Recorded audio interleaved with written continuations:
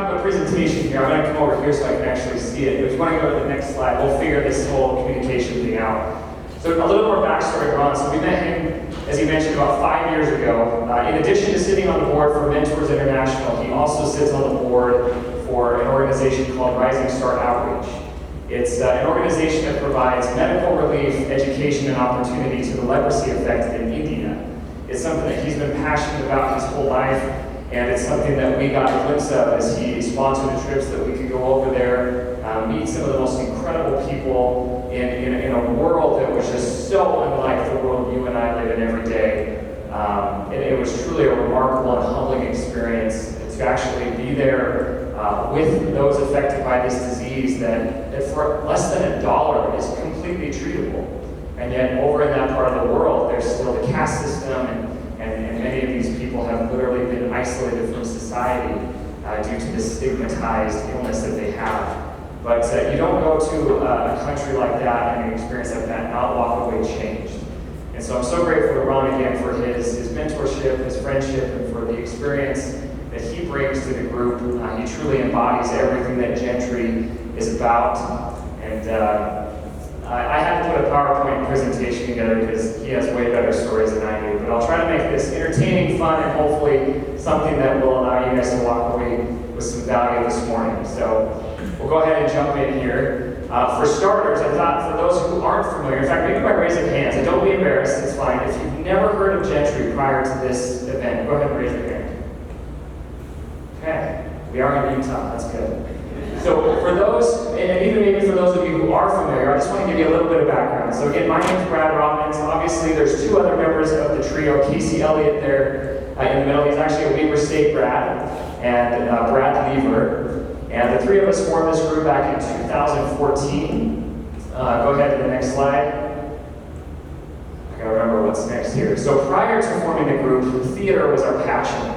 And we were convinced Broadway was our destiny. So I had the chance to play Andre in the Phantom of the Opera, one of the managers, actually the one of two comedic relief moments in the show, which is kind of traditionally a very dark and heavy show. Also understudied the Phantom. This was down at BYU. It was the first time Phantom of the Opera was allowed to be performed outside of Broadway, and it was an amazing experience.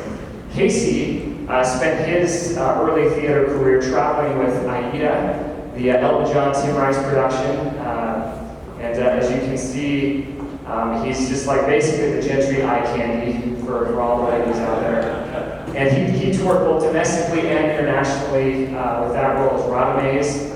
And then Bradley Quinn, or BQ as we call him, recently played Quasimodo in The Hunchback of Notre Dame. This was down at Hale Center Theater, which plays an interesting role in our story. So if you want to go to the next slide here, GENTRI actually met in 2014 doing a production of Les Miserables. And in that show, BQ here played Enjolras. Casey continued to, next slide here, continued the tradition of being shirtless on stage and played Jean Valjean. And I played the role of Marius. And shortly after that production, we had the idea to make our fathers proud and form a boy band, which is, as you can imagine, every 30-year-old's dream.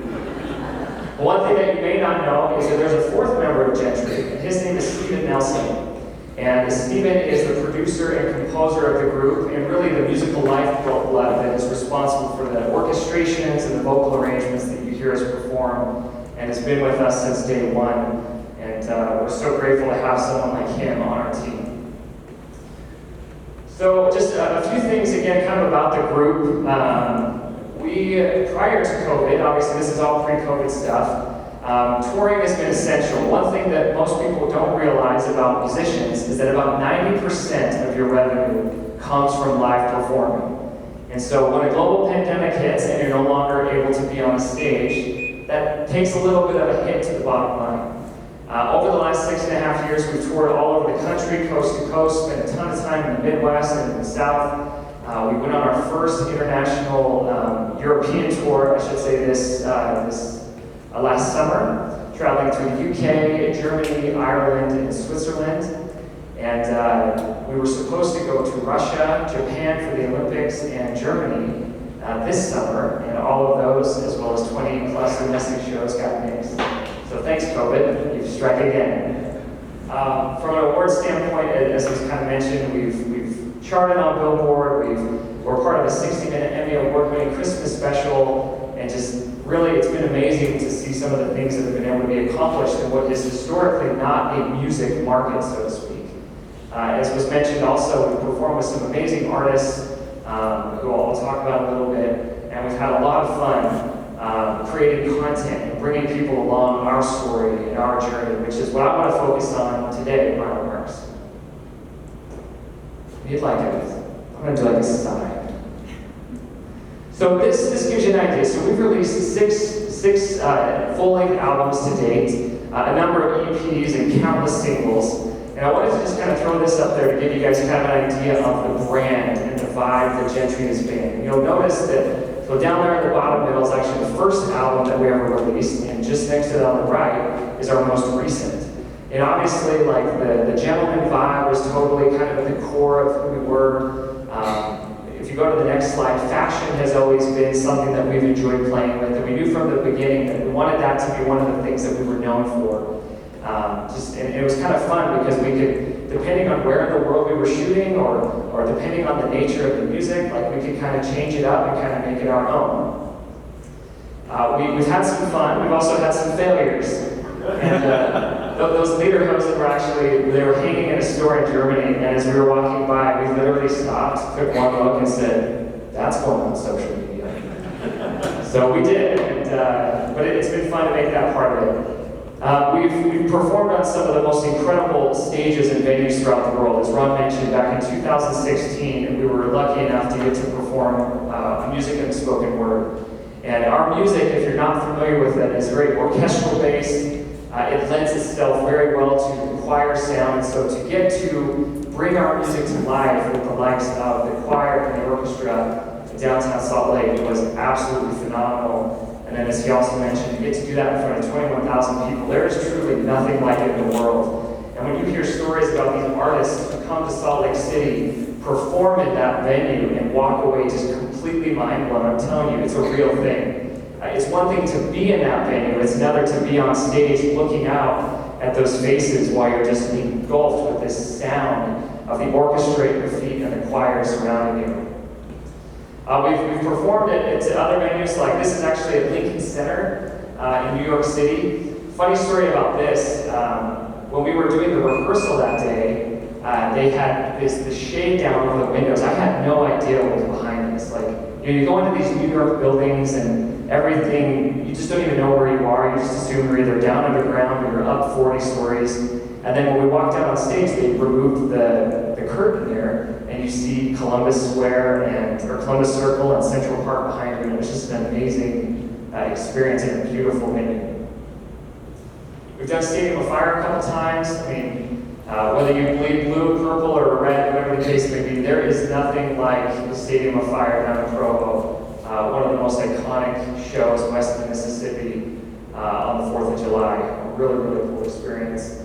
And one of our favorite artists we've ever performed with, this is Kristen Chenoweth. I think she sits at a towering 4'11". In this picture, I'm pretty sure she has 4-inch heels on. But is every bit as sweet and kind and endearing off stage as she appears to be on stage. And then one of our favorite traditions is our Finding Christmas show. So a fun connection to the Ogden community. One of our first shows that we ever did was actually the Janie Nye Memorial Concert at Browning, the Browning Theater at Weber State. And we knew early on that Christmas was going to play an important role in our story. And since that time, it has evolved into our annual production that we call Finding Christmas. We were scheduled to do our 5th consecutive year at the Eccles Theater. And again, COVID had other plans. We're hopeful that we will still get some form of Christmas, but as you can see by this slide and the next, that it's an amazing venue that has provided awesome experience for us and the thousands of people who have been able to see that. So go ahead and advance. There's another shot of the show. This is actually from our show last year, as you can see. And every year it just seems to get bigger and better. So real quick about me, I'm going to go through these pretty quick because they did a good introduction. As was mentioned, I graduated in business at BYU. I got tired of the boring people that were in the business school, so I spent 5 years touring with the Young Ambassadors. It also paid for school, which was kind of nice, and it allowed me to travel to many, many places that I wouldn't otherwise have visited, including getting to be part of one of the first groups in over 50 years to go into Cuba, which was an amazing experience. If you like cars, you will love Cuba. I love the outdoors. I'm so grateful. Of all the places I could be stuck during COVID, I'm so glad I'm stuck here. We have it pretty good here in Utah. I love football, and apparently BYU was just allergic to fans because they woke up last week, if you've been following their season. Big LeBron James fan, so unfortunately he plays for the Lakers, but I'll let it slide. Hoping to see them go all the way. I love mac and cheese, and as my wife can attest, I am not a handyman. So that's a little bit about me, but I did want to just talk about Gentri and our story and what has helped us define success. And what has helped us find success? I think there's universal truths and principles in here that you can apply regardless of the industry that you're in, regardless of the challenges and problems that you are up against. So I was kind of thinking through, like, from a marketing standpoint, where could I focus my efforts? And really, Gentri's success has been predicated on an aggressive content strategy. And, we've got our Evergreen Social, which in essence kind of tells our story. We have our music video strategy, which tells fictional stories or is based off of the stories of others. And then we have our Lift Read Live series, which highlights what you would call our customers or our fans. And, there's no one that tells a good story quite like Marvel. I don't know if anyone here is a Marvel fan, or you're just like so done with the I don't know. I personally was devastated after Endgame when some of my favorite characters died. But I just think that when you talk about storytelling, no one does it better in the world than Disney. And Marvel, of course, was acquired by them. So actually go back real quick to the slide here. So I'm the idiot that saw Endgame 4 times, 3 of them by myself. Every time overpaid for the root beer and popcorn, didn't care. This was my splurge moment, and I cried in the same 3 moments every single time I saw the movie. That, to me, is the epitome of someone or an organization who understands their customer and understands how to brilliantly bring them in, draw them in with a story that results not just in advocacy, but in fanaticism, in loyalty.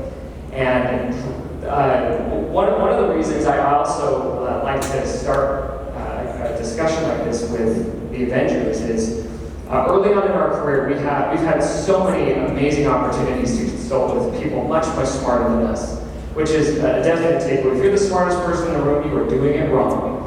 And one of those people was a co-founder of a global ad agency based in New York.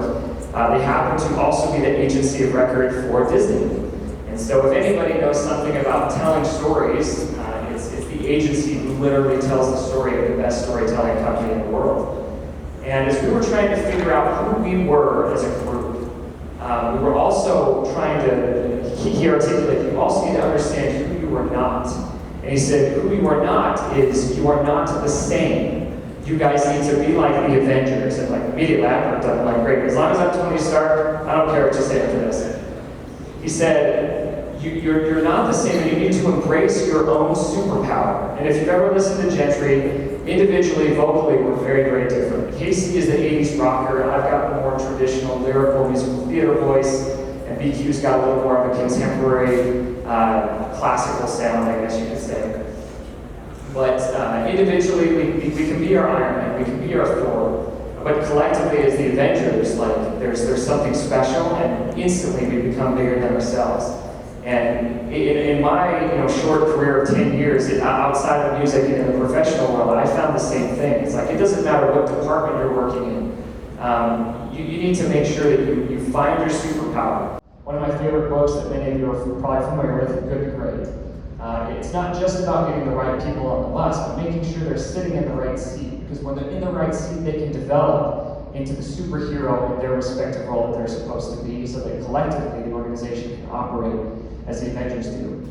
So we identified one of our group superpowers as storytelling. Theater was our background, it was in our blood, and we knew that in order to stay authentic and true to who we were going to do it. And so that's exactly what we did. In 2015, we released our first original song, which appropriately told the Gentri story, if you've ever heard the song. And as compelling as three white guys from Utah singing into a camera was, we knew we needed something a little more interesting for the video. So we found a little girl. She had gone viral on YouTube, 5 million plus views. Her name is Alyssa. She's from Vernal, Utah. And as you can see, she has a prosthetic leg. Well, at that tender age, she was involved in an accident that forced doctors to remove the leg from about the knee down. Prior to the accident, dancing was her passion. And you can imagine the concern and heartbreak that her parents had as she went through this. Well, that didn't stop her, and even to this day, she continues to dance. And we featured her in our first video, which the next slide will give you just a little clip of that song now.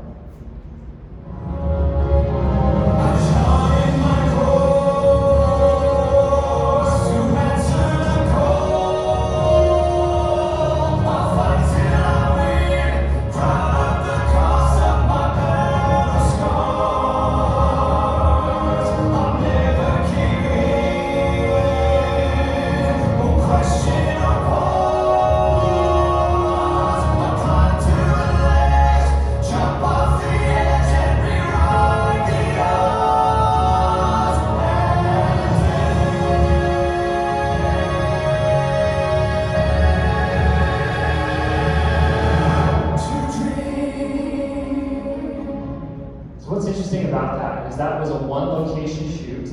There's nothing really that amazing about the production. It's in black and white, but it's story-driven, and that story launched our group onto the music scene and in the mainstream media, being picked up by news outlets all over the world because it had substance and it resonated with people. And this shot right here, I had to put this in here, was actually our first ever Valentine's show we did at Kingsbury Hall. We told her story, and right before the second chorus, she came out and she danced on stage. One of the few times I've ever gotten goosebumps as a performer on stage myself. It was a really, really cool experience.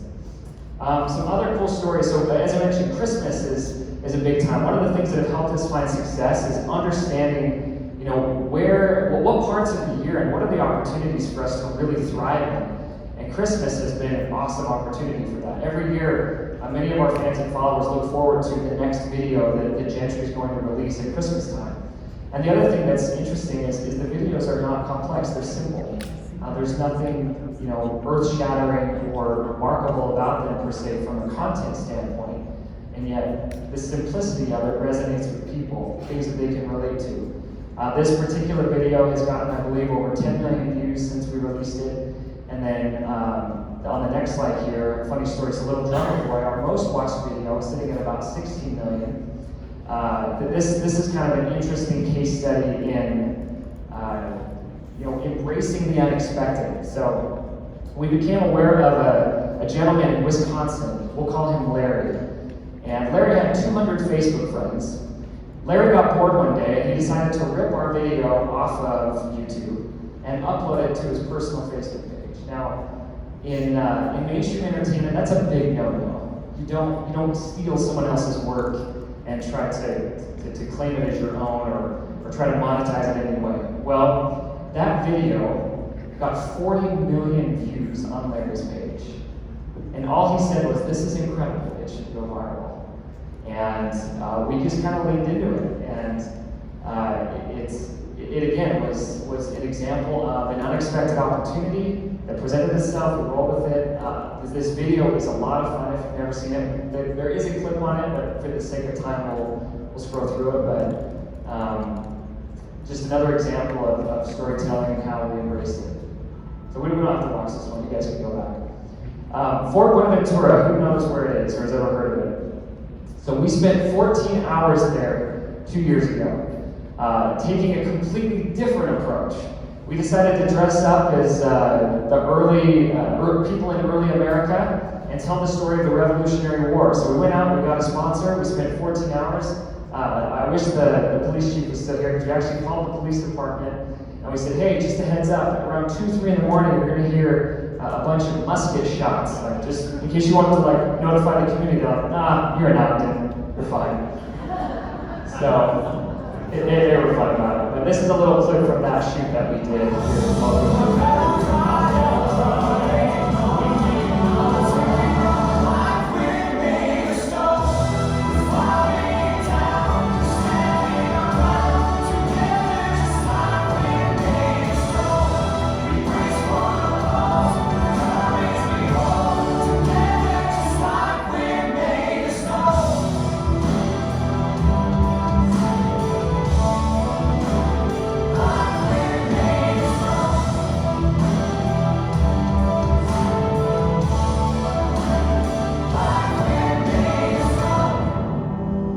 This video cost us between $10,000 to $15,000, which for us was astronomical.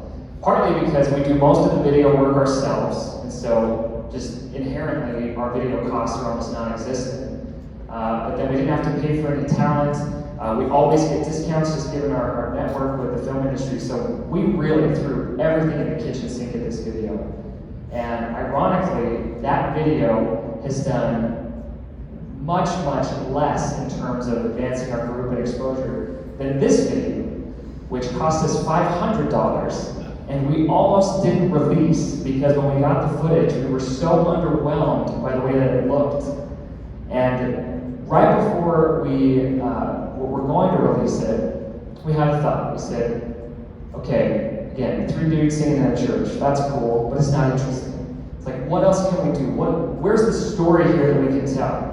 And we added just a little bit. Now, we didn't have to spend any money. We added some text at the beginning of the video, and as a result of that text, even some of the most diehard Beatles fans learned something that they didn't know. And as a result, this video got over 6 million views. And here's a little clip from that.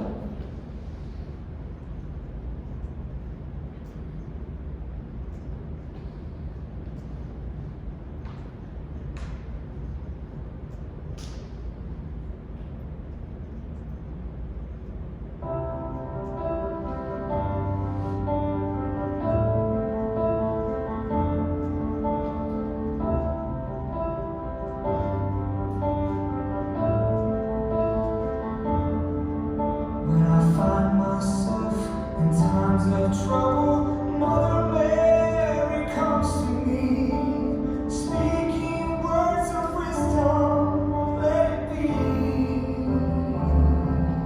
let it be, let it be, let it be, let it be, speaking words of wisdom. Let it be, let it be, let it be.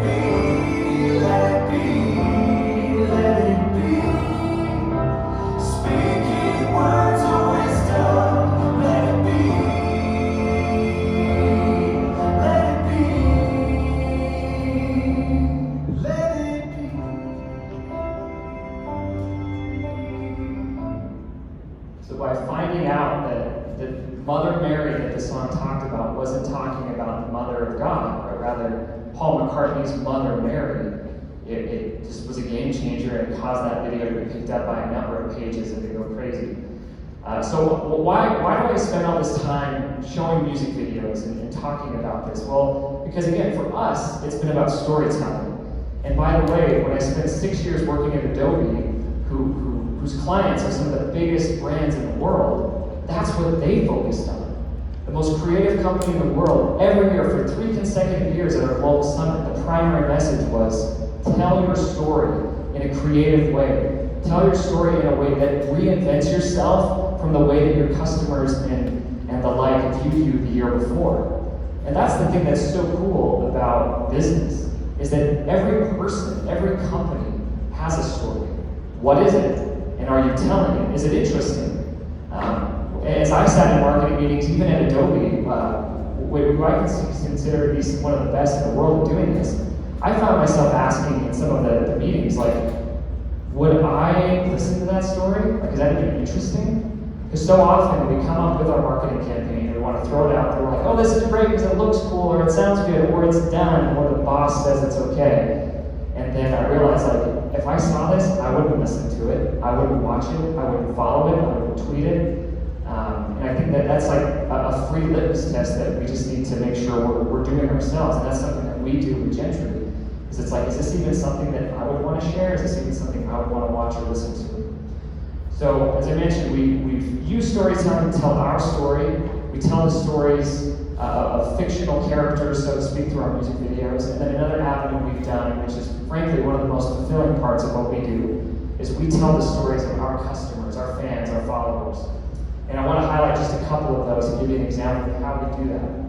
So this beautiful woman right here, her name is Jody. We met her a few years ago and had the chance to surprise her with a program that we call Live Where You Live.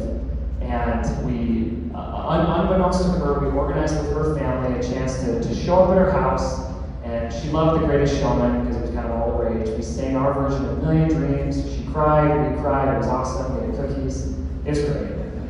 Well, she was diagnosed not too long after that with ALS. And the picture you see here actually is a few years after our initial visit.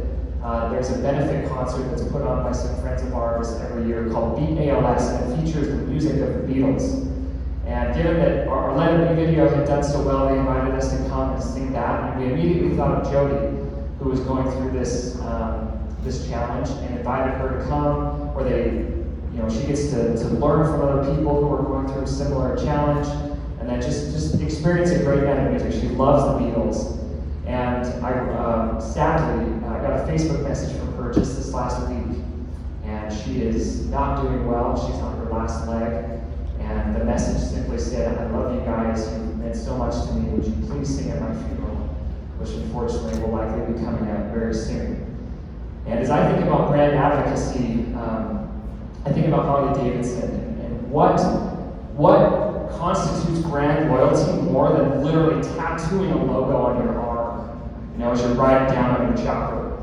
I would say a close second is when someone's last dying wish is that you sing one of their songs at their funeral. And that to me has just meant the world. So you can hear the passion in my voice. I'm not talking about telling my story. I'm not talking about creating some cool content, getting credit for it. I'm talking about highlighting someone else. And that's a question I have for you guys in your marketing efforts, in your storytelling efforts. Are you just focused on yourself? Are you just focused about raising awareness for what you want and what you're trying to do? Or are you trying to passionately advance the cause of other people who inevitably will cause your own ship in the harbor to rise? One more story I want to share with you guys. And I don't have a photo for this, so I'll tell you, and then we can agree and watch the clip, and then I'll be wrapped up here. Another amazing kid in our community. His name's Benji, 8 years old. Most of our fans, I would say, are 65 and up. We are grandma's favorite boy band. We've got to embrace that. But for whatever reason, Benji just loves Gentry. And he was going through chemotherapy, and our music was something that he leaned on in his treatments to kind of lift his spirits.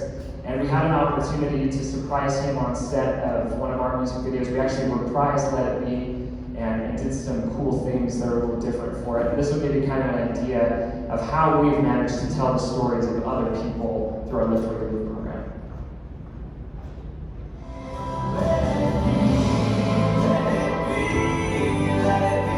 Hey guys, it's Juan Gentry here. We're here at Redwood Studios in Salt Lake City on the film set of our latest music video project, Let It Be, a recreation of the old limited rooftop concert where the Beatles played about 50 years ago.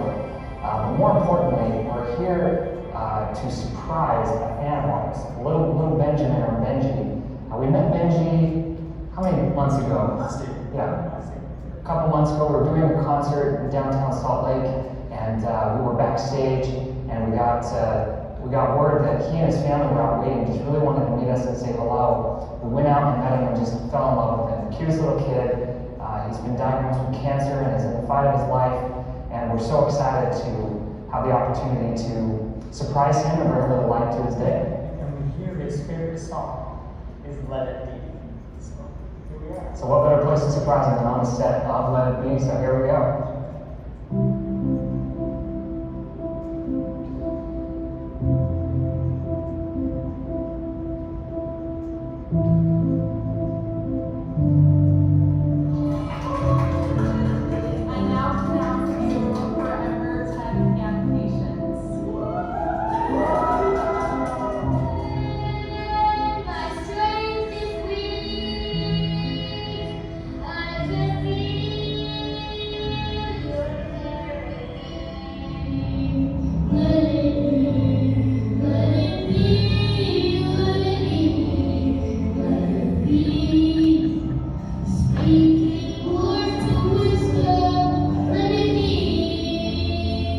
Got a little swag back here for Mr. Benji with some GENTRI goodies. We're gonna go back behind the smokestacks over there and hide because he's about to come in after his tour of the studio.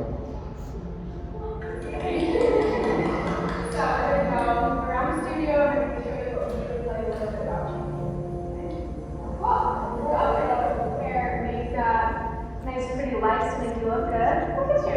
Look at you. You are looking stunning today. Everybody say something. That's you? Yeah. Do you have a favorite music group? GENTRI, of course. Well, duh. They're my favorite too. I love that. Who's your favorite music group, Benji? Did we get GENTRI? Oh, that's good.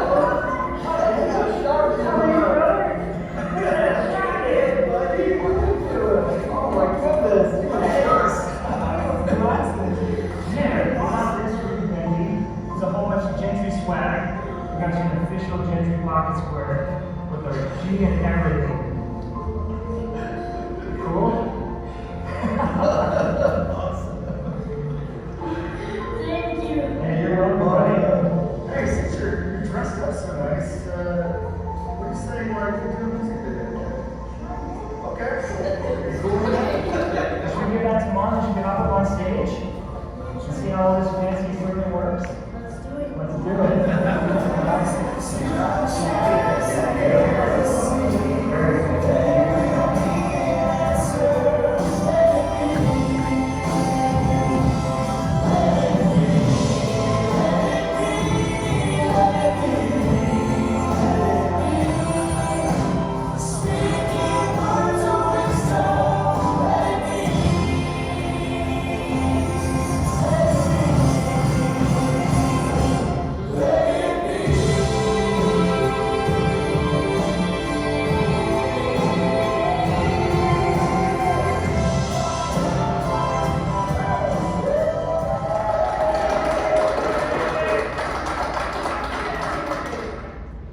We actually haven't released that video yet, so you guys are seeing something that most people haven't yet. But it's things like that, man, that make doing what we do worthwhile. And I don't know everything about business, and that's not clear, but I do know one thing, and that is I wake up every day doing what I love because it makes a difference. And if you're not finding that kind of joy in what you're doing it wrong. If you're not loving what you do, you may want to rethink some things. Digital and content is a fast-paced environment, and if you feel like you're never on top of it, then welcome to the club. To put in perspective, the industry that I started my career in did not exist when I started college. The business that I got my first job in, the business unit at Adobe, did not exist 4 years before I graduated. And the role that I took on as my entry-level position at Adobe was created 6 months prior to graduating. So if that doesn't highlight the speed at which technology and content and the like moves, I don't know what does. But there's one thing that is a tried and true principle, and that is the art of storytelling. That's something that's been around for thousands of years and will be around for thousands more. A culture cannot evolve without honest, powerful storytelling. When society repeatedly experiences glossy, hollowed-out pseudo-stories, it degenerates. We need true satires and tragedies, dramas and comedies that shine a clean light into the dingy corners of the human psyche and society. And if there's one thing that I can leave with you today, it's to find your story, find out who you are, find out who you aren't. Leverage your creativity. We live in a world where you don't need $15, $20, $100,000 budgets to produce amazing content. There are so many incredible apps where you can create world-class marketing collateral for social media and other digital platforms literally from your phone. One app I'll share, just again having a background in Adobe, is the Adobe Spark apps. If you're not familiar with Adobe Spark, you can create unbelievable promotional content that will automatically resize for any platform that you want, and it's free. You can do it right there. And the same goes for any other type of digital medium. I don't know what the next slide is actually. Oh, so I don't know if we even have time, if you guys are just anxious to get to your Zoom calls for the day, but if we do have a few minutes, I won't be offended if you need to go. I did leave some time for a Q&A. I don't have all the answers, but I can at least give you an answer through my perspective. And I'll hold the mic because they'll get mad at me if you touch it. I'm Tiffany, and I'm with 3 years ago. And if you are a grandma speaker program, I've got 120 ladies that would love to. That would, so did everyone hear that? That would require a police escort. No, it's funny you say that. We've done, when the church did their big Light the World campaign, we have a video on our channel where we surprised the Senior Living Center with an impromptu Christmas concert. So we've done stuff like that, and we love it. Unfortunately, given COVID and everything, but yeah. But we're flattered, thank you. But no, and that kind of goes back to what I was talking about, of, just embracing who you are. And I'll be honest, we tried to be the cool, sexy young boy band and quickly realized, we're like approaching 40 soon, so I guess those days are over. But it's worked, we've leaned into it, we've embraced it, and we've stayed authentic to ourselves. And as you see, we had an 8-year-old kid who was, fangirling as much as the 90-year-old woman that was at our show a few months ago. And it's because that authenticity is real. And on social media, you guys know it. The internet will call you out. If cancel culture isn't a thing, right? And we've noticed that. Be authentic because people will see right through your efforts if you try to be anything but. That was a great question. Maybe that's the finale. Okay. Do I have anything else? Let's see, what's the next slide? Oh yeah, I'll just leave you with this. This is just my personal philosophy. At the end of the day, it doesn't even matter how many people you know, it's more important what you are known for. And I believe that with all my heart. And I also believe that as you embrace the art and science of true, authentic storytelling, that you will find success, that you will find satisfaction, and most importantly, you will make a difference. So with that, thank you again to the Ogden-Weber Chamber of Commerce for having Ron and I, and thank you, and dare to dream. Thank you.